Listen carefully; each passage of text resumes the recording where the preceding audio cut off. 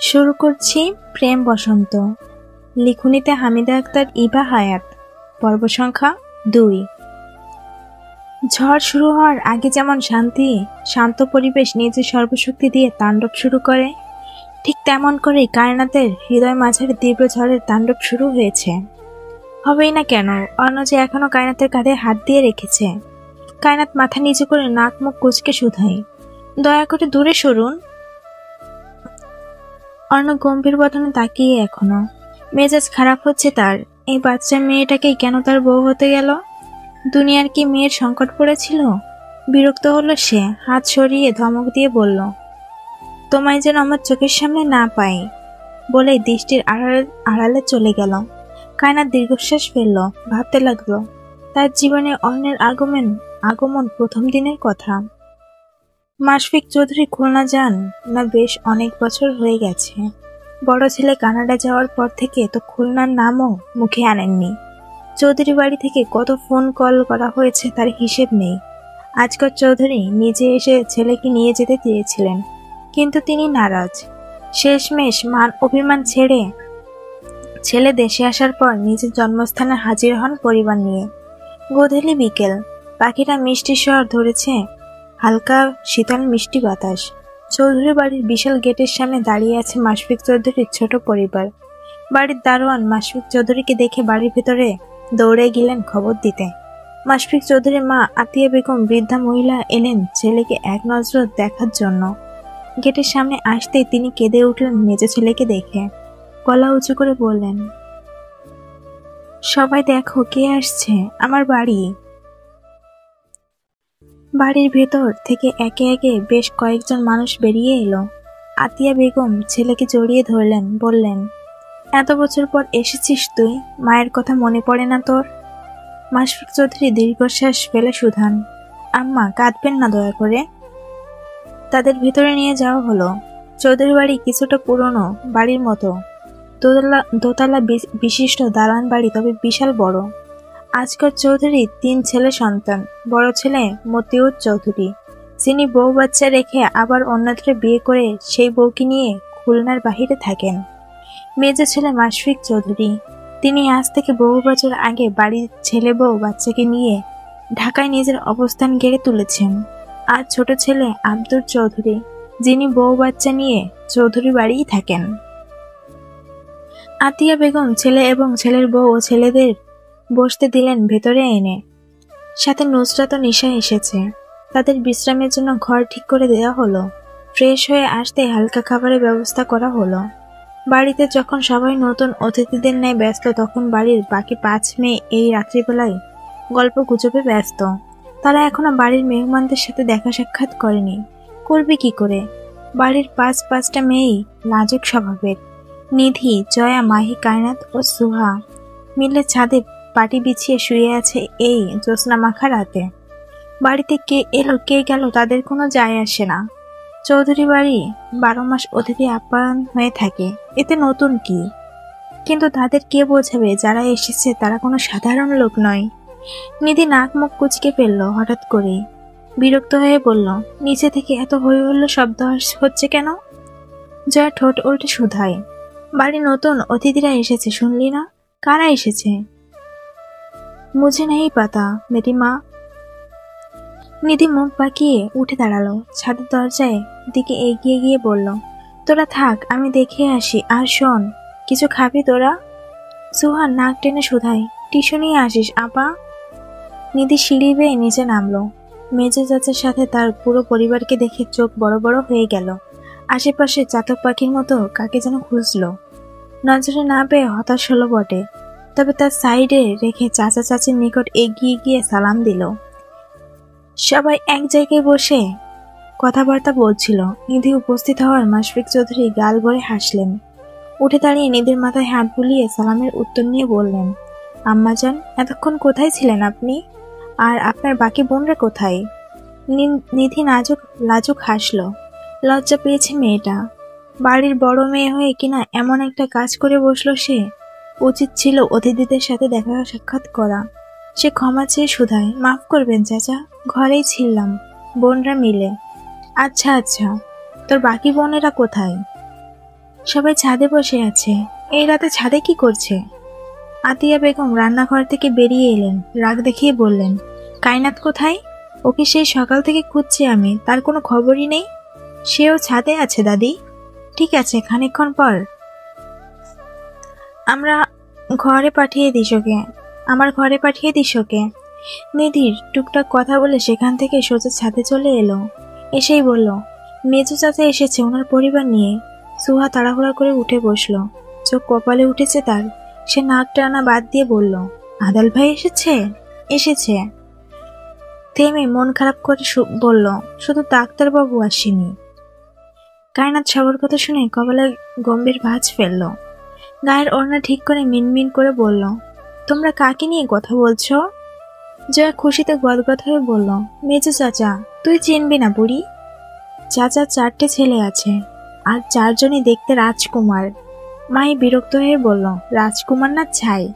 ডাক্তারবাবু আর আদাল ভাই তো পুরোই ঠোঁট কাটা, কি থেকে কি বলে তার কোনো ঠিক নেই। আবার আইমান ভাই তো শালার ব্যাপারে কি আর বলবো। আর রইল অর্ণ ভাই, আল্লাহ তারে কি দিয়ে বানাইছে তিনিই ভালোই জানেন। মুখটা সবসময় প্যাঁচার মতো করে রাখে, যদিও শুধু মুখেই শুনেছি এই কথা, কারণ অর্ণ ভাই বাংলাদেশ থাকে না অনেক বছর ধরে। ডাক্তারবাবু আর তার 2 ভাই আসে সব সময়, তবে মা কিংবা বাবাকে আসে না। কায়নাত সব কথা শুনে শুধায়, মা বাবা কেন আসে না? আব্বার সাথে ঝগড়া হয়েছিল ছোট কোনো ব্যাপার নিয়ে, তারপর থেকে কারোর সাথে কোনো যোগাযোগ নেই। সম্ভবত ওনার 2য় স্ত্রীকে নিয়ে ঝামেলা হয়েছিল। সে যাই হোক, চল আমরা দেখা করে আসি। কায়নাত আর নিধি বাদে সবাই নেমে গেল ছাদ থেকে। নিধি কায়নাতকে বলল, দাদু তোকে ওনার ঘরে যেতে বলেছে। কেন? সারাদিন তোকে দেখেনি, হয়তো কোনো দরকার আছে। কায়নাত মাথা নাড়িয়ে বড় করে মাথায় কাপড় দিল। সিঁড়ি বেয়ে নেমে দোতলা থেকে দেখলো বাড়ির ভেতর মানুষ, বাড়ি ভর্তি মানুষ। 2জন মেয়ে যাদের থেকে চোখ ফেরানো দায়। আর ঠিক অপর পারের সোফায় বসে আছে 3 সুদর্শন যুবক। একজনের মুখে গম্ভীর করে ফোন টিপছে, আর বাকি 2জন বাকিদের সাথে কথায় ব্যস্ত। জিভ দিয়ে ঠোঁট ভেজালো সে। সবার চোখের আড়ালে দাদের ঘরে এলো। আতিয়া বেগম ঘরে বসে পান চিবোচ্ছিলেন। কায়নাতকে দেখে তিনি বদনে রাগ নিয়ে বললেন, কোথায় ছিলি সারাদিন? আবার তুই গ্রামে বের হয়েছিলি তাই না? কায়নাত গাল ভরে হাসলো, 2 হাত দিয়ে দাদিকে জড়িয়ে ধরে বলল, আমায় কিনে এনেছো বলে হারিয়ে ফেলার এত ভয় দাদি? রুকি বেগম থমকে গেলেন মেয়েটার কথা শুনে। কায়নাত মুখমণ্ডল পর্যবেক্ষণ করে বললেন, তোর তাই মনে হয়? তা নয় তো কি, এত খারাপ তোর কাছে আমরা? কায়নাত দাদিকে ছেড়ে দিয়ে বিছানায় আরাম করে বসলো, তারপর বলল, তাহলে লক্ষ লক্ষ টাকা দিয়ে আমাকে এই বাড়িতে আনার কারণটা কি দাদি, শুনতে চাস? আম্মা বাইরে, আব্বা ডাকছে আপনাকে। লতা বেগম এসে জানালেন শাশুড়িকে। ছোট বউয়ের কথা শুনে আতিয়া বেগম থেমে গেলেন। কায়নাত বাড়ির ছোট গিন্নির দিকে তাকিয়ে রইল কিছুক্ষণ। এই মহিলাকে দেখলে তার কেমন যেন লাগে, অস্থির অনুভূতি হয়। কিন্তু কেন? সুহা একবার বলেছিল লতা বেগমের মতো দেখতে সে। অচেনা মানুষ দেখলে বলবে তারা মা মেয়ে।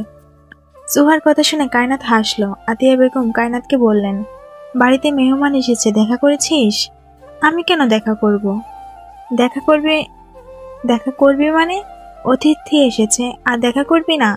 কায়নাত লাফ দিয়ে বিছানা থেকে নামলো, ঘরের বাইরে যেতে যেতে বলল, তুমি বুড়ি খুব খারাপ জানো, আমাকে তুমি আর ডাকবে না নিচে। বলেই সে প্রস্থান করলো।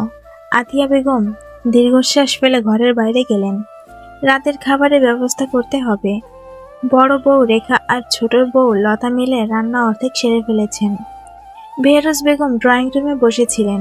নিশা রান্নাঘর থেকে নুসরাতের জন্য গরম দুধ এনে দিল। নুসরাত গর্ভবতী 2 মাসের, বেশ খেয়াল রাখে অন্য পরিবার তার। বেহরোজ বেগম হঠাৎ সিঁড়ির দিকে তাকালেন, দেখলেন কালো রঙের সেলোয়ার কামিজ পরা একটা মেয়ে সিঁড়ি বেয়ে উপরে উঠছে। চিনতে পারলেন না মেয়েটাকে? চৌধুরী বাড়ির কেউ বলে তো মনে হচ্ছে না। কায়নাতের দৃষ্টি আড়াল হয়েছে বেশ কিছুক্ষণ হয়ে গেছে। বেহরোজ বেগম এখনো মেয়েটার চেহারা কল্পনা করতে ব্যস্ত।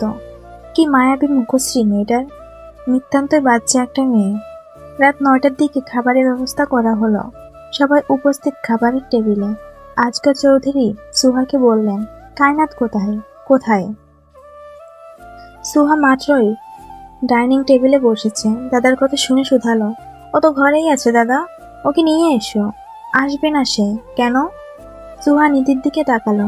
নিধি সুহার দৃষ্টি বুঝে বলল, দাদা, ও নিচে আসতে চাইছে না, অনেক অপরিচিত মানুষদের মাঝে ওর অস্বস্তি হবে। লতা বেগম শ্বশুরের পানে ভাত বেড়ে দিয়ে বললেন, আব্বা, আপনি ওই মেয়েকে নিয়ে পড়ে আছেন কেন? যখন পেটে টান লাগবে তখন সুরসুর করে একাই চলে আসবে। আতিয়া বেগম ছোট বউয়ের দিকে তাকালেন। মহিলার মুখটা ভীষণ মলিন। আজগর চৌধুরী শান্ত চোয়াল শক্ত করলেন। মাশফিক চৌধুরী বাবাকে উদ্দেশ্য করে শুধালো, কায়নাত কে বাবা? লতা বেগম বললেন, কিনে এনেছেন আব্বা ওই মেয়েকে। বাপ মায়ের। চুপ করবে তুমি, ছোট বউ? মুখ সামলে কথা বলবে আমার সামনে। কিনে এনেছি মানে কি? তুমি কি কিছু জানো না? জেনে বুঝে এসব কেমন মন্তব্য করছো তুমি? আতিয়া বেগম স্বামীকে শান্ত করে বললেন, হয়েছে, চুপ করুন আপনি, আমি গিয়ে ডেকে নিয়ে আসছি। আতিয়া বেগম উপরে চলে যেতেই বেহরুজ বেগম বললেন, মেয়েটা কে বাবা? এসেছো যখন তখন আস্তে ধীরে সব জেনে যাবে। আশা করি খাওয়ার সময় আমাকে কেউ কোনো প্রশ্ন করবে না। আতিয়া বেগম জোর করে কায়নাতকে নিয়ে এলেন। সবার দৃষ্টি কায়নাতের দিকে, শুধুমাত্র অর্ণবাদে। কায়নাত দাঁত খিচে দাঁড়ালো টেবিলের কাছে। আতিয়া বেগম স্বামীর পানে চেয়ারে বসিয়ে দিতে আজগর চৌধুরী বললেন, এত ডাকাডাকি করতে হয় কেন বনু? কায়নাত মাথা নিচু করে নরম কণ্ঠে বলল, মাফ করবেন দাদা, আর কখনো এমনি করবে না, কেমন? জি। আতিয়া বেগম দুই বউকে নিয়ে খাবার পরিবেশন করলেন। আইমান ড্যাপ ড্যাপ করে তাকিয়ে রইল নত মাথার সেই মায়াবী মেয়েটার বদন পানে। কি নিষ্পাপ মুখশ্রী মেয়েটার! অন্য চুপচাপ খাচ্ছে, না মাথা তুলে কারোর দিকে তাকাচ্ছে, আর না কোনো কথা বলছে। সবার খাওয়া দাওয়া শেষ হতেই বিশ্রাম নেওয়ার জন্য যে যার ঘরে অবস্থান নিয়েছে। এখন রাত 12টা বেশি বাজে বোধ হয়। কায়নাতের ঘরটা ছাদের সিঁড়ির সাথে। ছাদ থেকে গানের গলা ভেসে আসছে আধো আধো। কায়নাতের ঘুম আসছিল না, তাই জানালা ঘেঁষে বসে আকাশপানে তাকিয়েছিল। হঠাৎ করেই কোনো অচেনা পুরুষের কণ্ঠস্বর শুনে চমকে উঠল সে। কিছুটা সাহস নিয়ে বিছানা ছেড়ে উঠে দাঁড়ালো। আজ কতগুলো মাস ধরে এই বাড়িতে আছে, অথচ কখনো এমন ঘটনা ঘটেনি, ঘটতে দেখেনি সে। পা টিপে টিপে আবছা আলোয় ঘরের দ্বার খুলে সিঁড়িতে পা রাখলো।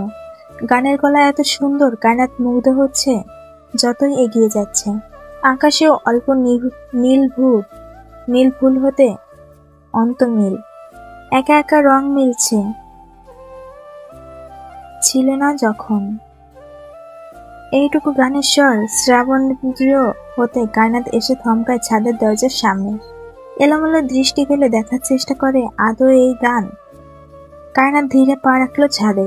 তার ঘরের ঠিক উপরে সাইডে উকি দিতে আবছা আলোয় দেখতে পেল কে একজন রেলিং ঘেঁষে দাঁড়িয়ে গগন পানে তাকিয়ে এই গান ধরেছে। মনে সাহস সঞ্চয় করে পা বাড়ালো সেদিকে। মাথায় লম্বা বড় ঘোমটা। কে আপনি? কোনো চিকন কোমল নারী কণ্ঠস্বর কর্ণপাত হতে আইমান গান থামিয়ে ফট করে তাকালো কায়নাতের মায়াবী মুখশ্রীতে। কায়নাত কপালে গাঢ় ভাঁজ ফেলে তাকিয়ে আছে। আইমান সোজা হয়ে দাঁড়ালো। কায়নাতের চোখে চোখ রেখে বলল, তুমি কে? আমি জিজ্ঞাসা করেছি আপনি কে, আর আপনি বলছেন আমি কে? আইমান হয়তো ঠোঁট বাঁকিয়ে হাসলো, হালকা হাসলো। হাসি লুকিয়ে কপাল কুঁচকে বলল, আইমান চৌধুরী আমার নাম, চেনো নিশ্চয়? কায়নাত থমকে গেল। মাশফিক চৌধুরীর ছোট ছেলে আইমান চৌধুরী, তাহলে এই লোকটাই। কায়নাত কি বলবে বুঝে উঠতে পারল না। খুব বেশি সাহস দেখিয়ে পাকনামি করে সে এই ছাদে চলে এসেছে, আর এখন অচেনা এক ছেলের সাথে একা দাঁড়িয়ে আছে। সে পিছু ঘুরে দাঁড়ালো, পা বাড়ালো ছাদের দরজার দিকে। উদ্দেশ্য যত তাড়াতাড়ি সম্ভব এখান থেকে কেটে পড়া। আইমান ব্যস্ত কণ্ঠ ডেকে পড়ল, এই যাচ্ছ কোথায়? কায়নাত উত্তর দিল না। তাড়াহুড়া করে গেটের সামনে যেতে কিছু একটার সাথে বাড়ি খেলো। বাড়ি খেয়ে পড়তে নিলে অনুভব করলো তাকে কেউ আঁকড়ে ধরেছে। ভয়ে আত্মা কেঁপে উঠল মেয়েটার। মনে মনে দোয়া পড়তে শুরু করলো। ছাদের দরজার দিকে একটু অন্ধকার থাকায় কায়নাত দেখতে পেল না কিছু। সোজা হয়ে দাঁড়িয়ে মনে হলো লম্বা চড়া কেউ একজন দাঁড়িয়ে আছে তার সামনে, যার শরীর থেকে ভেসে আসছে এক মাতাল করা সুঘ্রাণ। অনেক গম্ভীর বদনে এখনো চুপ করে দাঁড়িয়ে আছে, না একটা কথা বলছে আর না এক চুল পরিমাণ সরছে। কায়নাত কি বলবে ভেবে না পেয়ে ভয়ে পেয়ে বলল, সামনে কে? ততক্ষণে আইমানও এগিয়ে এসেছে এদিকটাই। সে এসে চিনতে পেরেছে এটা তার বড় ভাই অর্ণ। কায়নাত আবার কিছু বলার জন্য মুখ খোলার আগেই অর্ণ গম্ভীর স্বরে ধমক দিয়ে বলল, গেট আউট। চমকে উঠল মেয়েটা। চেনা নেই জানা নেই কোথা থেকে কোন লোক এসে তাকে ধমকাচ্ছে। কত বড় সাহস ভাবা যায়। তবুও রাত বেরাত দুটো পুরুষের মাথায় থাকা আত্মা কাঁপছে তার, মাঝে থাকা আত্মা কাঁপছে তার। কোন রকম অর্ণকে পাশ কাটিয়ে সিঁড়ি পেয়ে পা রাখতে গলা চওড়া করে বলল, খাটাসের ঘরে খাটাস, দেখে নিব তুমি কোন ক্ষেতের মূলা। কায়নাত প্রস্থান করতে অর্ণ সেদিকে তাকিয়ে রইল যতক্ষণ না কায়নাতের ছায়া দেখা যায়। আইমান হতভম্ব হয়ে ভাইয়ের দিকে তাকালো। মেয়েটার কত সাহস অন্যকে কিনা এহেন ধরনের বাক্য বলে গেল। মেয়েটা জানে ভাই যদি মেয়েটা জানে যদি জানে ওটা কায়নাত ছিল তাহলে বাড়িতে কি কেলেঙ্কারি ঘটবে। অন্য ছাদে পা বাড়ালো, এমন ভাব করলো যেন একটু আগে কিছুই হয়নি। অন্য ছাদে এসে সিগারেট ধরিয়ে ছাই রঙা ঠোঁটের মাঝে রেখে ধোয়া ছেড়ে পড়ল। এত রাতে ছাদে কি করছিস? আইমান ভাইয়ের ঠিক 2 হাত দূরে সরে দাঁড়িয়েছে। সে চাপা নিঃশ্বাস ফেলে বলল, ঘুম আসছিল না ভাইয়া, তাই ছাদে এলাম একটু। কিন্তু তুমি কেন আসলে? প্রশ্ন করছিস? দুঃসাহস দেখালাম একটু। অন্য হাসল। সেই হাসি আইমানের চোখে ধরা পড়ল না। ভাইকে সে বোঝে না। বড্ড রহস্যময় এক পুরুষ এই ছেলে। কখন কি ভাবে করে কিংবা করবে কিছু বোঝার উপায় নেই। অন্য তৎক্ষণাৎ কথা বলল না। সিগারেট শেষ করে পা দিয়ে পিষে ফেললো ছাদে জ্বলন্ত সিগারেটের টুকরোটা। আইমানের কাঁধে হাত রেখে হঠাৎ করে অন্য প্রসঙ্গে চলে গেল সে শুধায়, তোর এই গানের গলাটাকে আমি অনেক হিংসা করি, এটা তুই জানিস? আইমান হতবাক ভাইয়ের কথা শুনে। সে অবাকের চরম পর্যায়ে। লাইক সিরিয়াসলি ভাইয়া, তুমি আমার কণ্ঠকে হিংসা করো? তুমি কি কম ভালো গান গাও? ইভেন প্রেম ভাইয়াও সুন্দর গান গায়, শুধু আমি একা না। অন্য শুধায়, আমি গান গাইতে পারি এটা তোকে কে বলল? পড়শি আপু। বলেই আইমান 2 হাত দিয়ে মুখ চেপে ধরল। ইস রে, ভুল জায়গায় ভুল মানুষের নাম মুখে দিয়ে বের হয়ে গেছে। এখন গায়ের চামড়া সুস্থ থাকবে? ভাই মেরে কেটে না চামড়াগুলোকে মাটি দিয়ে আসবে। আইমানের ভাবনার মধ্যে কিছুই হলো না। অন্য স্বাভাবিক ভাবনা আইমানকে ছেড়ে দিয়ে গেটের নিকট এগিয়ে গিয়ে আবার পিছনে ঘুরে বলল, অনেক রাত হয়েছে, ঘুমিয়ে পড়। খুব ভোর সকাল। বাড়ির গিন্নিরাও ওঠে কাজে লেগে পড়েছে। মতিউর চৌধুরী 2 ছেলে নাজনীন ও হাসান মিলে বাড়ির পুকুরে বাড়ির পুকুর থেকে মাছ মেরেছে। মা চাচির কাছে দিয়ে বাড়ির পাশে পুকুর থেকে 2 ভাই গোসল করে মাছের বাগানে বসেছে। এখন কায়নাত আসবে 2 কাপ চা নিয়ে এবং চায়ের কাপে দুজনে হাতে দিয়ে কোমরে হাত দিয়ে ঢাক দেখিয়ে বলবে, তোমরা জানো না এত সকালে ঠান্ডা পানিতে বেশিক্ষণ থাকলে ঠান্ডা লেগে যেতে পারে? তবুও কেন তোমরা এত সকালে গোসল করো, হ্যাঁ? তারপর নাজনীন চায়ে চুমুক দিয়ে বলবে, বাহ বুড়ি, তুমি তো খুব ভালো চা বানাও, তোমার হাতের চা না খেলে দিনটা কাটেই না। নাজনীনের পাম্পটিতে অবশ্য একটু কাজ হয়। অন্যদিকে হাসান মুচকি মুচকি হেসে বলবে, তোকে কে বলেছে আমরা প্রতিদিনই এই সময় গোসল করি? কায়নাত বলবে, আমাকে কি মনে করেছ বড় ভাই? আমি কি কিছু জানি না বা দেখি না? আমার ঘরের জানালা দিয়ে পুকুর পাড়ের স্পষ্ট দেখা যায়, খেয়াল করছো কখনো? সেই একই আলাপ এই 3 জনের মধ্যে প্রায় হয়ে থাকে। আজও হলো তাই। স্নিগ্ধ সকাল এই 2 ভাইয়ের জন্য গুটি গুটি পায়ে চা নিয়ে এলো কায়নাত। চাটা নিশ্চয় সে বানিয়েছে। দুজনকে চা দিল ঠিকই, কিন্তু কোনো কথা বলল না। সে চা দিয়ে বড় বড় পা ফেলে বাগানে যেখানে সবজি বোনা হয়েছে সেদিকে চলে গেল। হাসান অবাক হয়ে ছোট ভাইকে বলল, বুড়ির আজ কি হলো? আজ বকলো না আর একটা কথাও বললো না? নাজরিন কপাল কুঁচকে মেয়েটার দিকে তাকিয়ে আছে। কায়নাত বাগান থেকে বড় সাইজের একটা লাউ কয়েকটা বেগুন, করলা আর কাঁচামরিচ ছেড়ে বাড়ির ভেতরে চলে গেল। হাসান বলল, বকেছিলি তুই? নাজনীন শুধায়, নিজের কলিজাকে কেউ বকে? তাহলে হলো কি? বাড়িতে আবার কেউ কিছু বলেছে নাকি? ছোট চাচি আম্মা ছাড়া আর কে বকবে ওকে? নাজনীন কিছু বলল না। এখানে বলার মতো কিছুই নেই। কায়নাত সবজিগুলো এনে রান্নাঘরে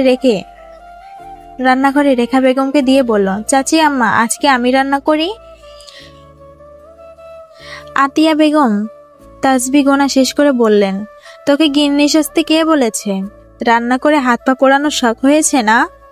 কায়নাত নাক ছিটকে বলল, বুড়ি তুমি বেশি কথা বলো। রান্না হচ্ছে মেয়েদের একটা গুণ ও সৌন্দর্য। আর তুমি কি বলছো? আমি কি বিয়ে শাদী করবো না কোনোদিন? জামাইকে কি রান্না করে খাওয়াবো? জামাইকে রান্না করে কি খাওয়াবো? পরে যখন ঘাড় ধাক্কা দিয়ে আবার তোমার বাড়ি পাঠিয়ে দিবে, তখন তো বলবে, কায়নাত রে, ওরে মুখ পুড়িয়ে তোর কতবার কইছিলাম রান্না শেখ, কিন্তু তুই শিখলি না। এখন কি হইল দেখলি? ঘাড় ধরে তো জামাই তোরে বাইর কইরা দিল। আতিয়া বেগম চোখ বড় বড় করে তাকালেন। রেখা বেগম হাসলেন, মুখে আঁচল চেপে। কায়নাত কোমরে হাত দিয়ে আতিয়া বেগমের দিকে রাগী চোখে তাকিয়ে আছে। রুকি বেগম কায়নাতের কান মুলে দিয়ে বললেন, এই এত কথা শিখেছিস কোথা থেকে? হ্যাঁ, দিন দিন পাজি হয়ে যাচ্ছিস। তোর সখীরা এসব শেখায় না তোকে? ও বুড়ি, আমার কান ছাড়ো। ব্যথা পাইছো? ছাড়ো। দাদার কাছে যেয়ে কিন্তু বলবো তোমার বউ আমাকে ইচ্ছা মতো মারছে। আতিয়া বেগম হাল ছাড়লেন। কায়নাতের কান ছেড়ে দিয়ে রেখা বেগমকে বললেন, দেখলি বড় বউ, এই মাইয়া কি বলে, আমাকে দাদার ভয় দেখায়। রেখা বেগম হাসতে হাসতে বললেন, আম্মা ওকে ছাড়ুন, ও তো পুরো পাগল। কায়নাত অভিমানী চোখে চাচি আম্মার দিকে তাকিয়ে বলল, তাহলে কি তুমি বলছো আমায় রান্না করতে দিবে না? পারবি না বুড়ি, জেদ করিস না। হলো তাই, রান্না করতে দিলেই না বেচারিকে।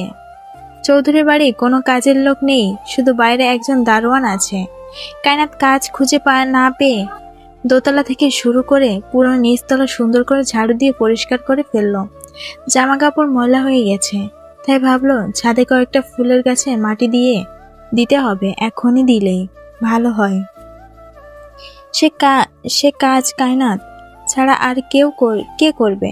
সুহা, মাহি কিংবা নিধি আপাতত ছুঁয়েও দেখবে না। নাজরিন এক বস্তা মাটি এনে ছাদে রেখে দিয়েছে কায়নাতের কথা মতো। কায়নাত ছাদে গিয়ে মাথায় জড়ানো ওড়না কোমরে বেঁধে লেগে পড়লো কাজে। নিধি ভার্সিটি থেকে আসার সময় নার্সারি থেকে কয়েকটা ফুলের গাছ এনে দিয়েছিল তাকে।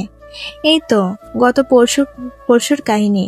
কায়নাতের খোপা করা ঘন কালা চুলগুলো খুলে গেছে। হাতে মাটি, তার উপর এত গরমে মেয়েটা বিরক্ত হলো। পাশে কারো লম্বা খাম্বার মতো ছায়া দেখে বিরক্তি আরো কয়েকগুণ বেড়ে গেল। কাজের সময় কেউ আশেপাশে থাকলে বিরক্ত লাগে তার। সে ঘাড় বাঁকা করে পাশে তাকাতেই দেখল কালকে সে সোফায় গম্ভীর বদনে বসে থাকা সে সুদর্শন মানব ভয়ে আত্মা লাফাচ্ছে। কোমরের ওড়না খুলে তাড়াতাড়ি শরীরে জড়িয়ে মাথায় কাপড় দিল। পিছু ঘুরে হাঁটা ধরলে অন্ন শুধালো, এই মেয়ে দাঁড়াও। থেমে গেল কায়নাতের পা। বুক কাঁপছে দুরু দুরু, কাঁপছে চোখের পাতা, ঠোঁট তির করে কম্পিত হচ্ছে। অর্ণ কায়নাতের থেকে ঠিক কয়েক হাত দূরে দাঁড়িয়ে আছে। কায়নাত পিছু ঘুরে তাকালো না, তবে শুকনো ঢোক গিলে বলল, বলুন। অর্ণ বিরক্তিকর কণ্ঠে শুধায়, সকাল সকাল এই ছাদ নষ্ট করলে কেন? ছাদ নষ্ট করেছে? কায়নাত অবাক হয়ে মাথা নিচু করে পাশে তাকালো। একটু জায়গায় মাটি ঢেলেছে সে, তাছাড়া পুরো ছাদ পরিষ্কার। বেজায় বিরক্ত হলো সে, দাঁতে দাঁত চাপলো অর্ণ বাক্য শুনে। কালকে রাতে এই লোকটার সাথে তার ধাক্কা লেগেছিল, খুব ভালো করে বুঝে গেছে। এভাবেই কালকে ধমক দিয়েছিল এই লোক। কায়নাত গেটের দিকে এগিয়ে যেতে যেতে বলল, ময়লা করেছি, বেশ করেছি, দরকার হলে পুরো বাড়ি ময়লা করব, তাতে আপনার কি, অসভ্য লোক।